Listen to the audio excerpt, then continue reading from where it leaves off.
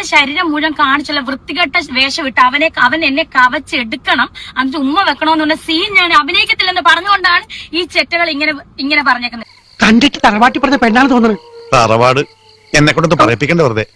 അവിടെ നെറ്റിൽ എഴുതി വെച്ചിരിക്കല്ലേ പഴയണെന്ന്.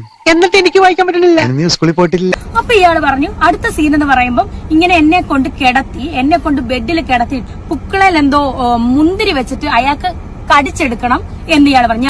അങ്ങനെ ചിന്തിക്കാൻ പോലും പാടില്ല. നടക്കുന്ന കേസല്ല ചേട്ടാ, എനിക്കിത് പറ്റൂലെന്ന് പറഞ്ഞു. ജസ്റ്റ് ഉമ്മ വെക്കുന്ന പോലെ കാണിക്കാം. ലിപ് ലോക്ക് എനിക്ക് പറ്റൂ. ലിപ് ലോക്ക് വേണമെന്ന് രാവിലെയാണ് പറഞ്ഞത്. ഞാൻ പറഞ്ഞു നടക്കത്തില്ല, ലിപ് ലോക്ക് എനിക്ക് പറ്റൂല. നീ ഓഹോ ഒരുമാതിരി ചെറ്റത്തരം പറയുന്നു.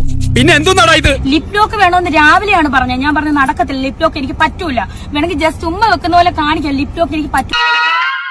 ഇത് പ്രശ്നമാകും. ഞാൻ ശരിക്കും കുറച്ച് ഓവറായിട്ട് റൊമാൻസ് ചെയ്തത് ദാസേട്ടൻ കോഴിക്കോടുമായിട്ട് ഓവർ ആയിട്ട്. അതെ അതെ, ആ മുഖത്ത് എഴുതി വെച്ചിട്ടുണ്ട്, ആർക്കും വാരിക്കോരി കൊടുക്കുന്നവളാണ്. എനിക്ക് തോന്നുന്ന ഒരു സീനുണ്ട്, അത് ഓവറായിട്ട്. അത് ഇറങ്ങിക്കഴിഞ്ഞാൽ എന്തായാലും കത്തും. വിമർശകരുടെ ഒരു നിര തന്നെ വരുമെന്നാണ് എന്റെ വിശ്വാസം. വിമർശിക്കട്ടെ, അതോടുകൂടി നമ്മുടെ ആൽബം വളരും.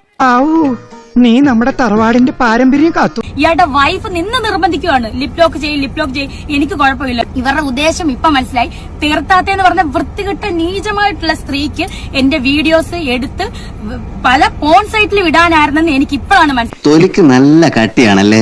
ഇതും ഒരു തുടക്കമാണ്. പല പോൺ സൈറ്റിൽ വിടാനായിരുന്നെന്ന് എനിക്ക് ഇപ്പോഴാണ് മനസ്സിലായത്. എന്നെ അതിന് കിട്ടത്തില്ലെന്ന് ഞാൻ അതിനകത്ത് വ്യക്തമായിട്ട് ഞാൻ ലാസ്റ്റ് പറയുന്നുണ്ട്.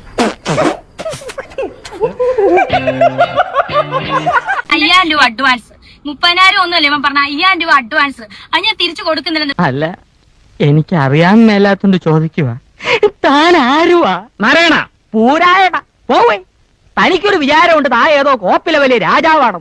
താ ഒരു പുല്ലുമല്ല. ഈ വൃത്തികെട്ടവൻ പറഞ്ഞ പോലെ ഞാൻ ഒരു മദ്യവും കഴിച്ചിട്ടില്ല, മയക്കുമരുന്നും കഴിച്ചില്ല. അത് എനിക്കറിയാം, അവിടെയുള്ള സകലമാന ആൾക്കാർക്കും അറിയാം. ഇല വന്ന് മുള്ളില് വീണാലും മുള്ളിയ നിലയിൽ വീണാലും ചീത്തപ്പേരൊക്കെ മുള്ളിന്. തൽക്കാലം ഇത്രയും മതി. വരട്ടെ.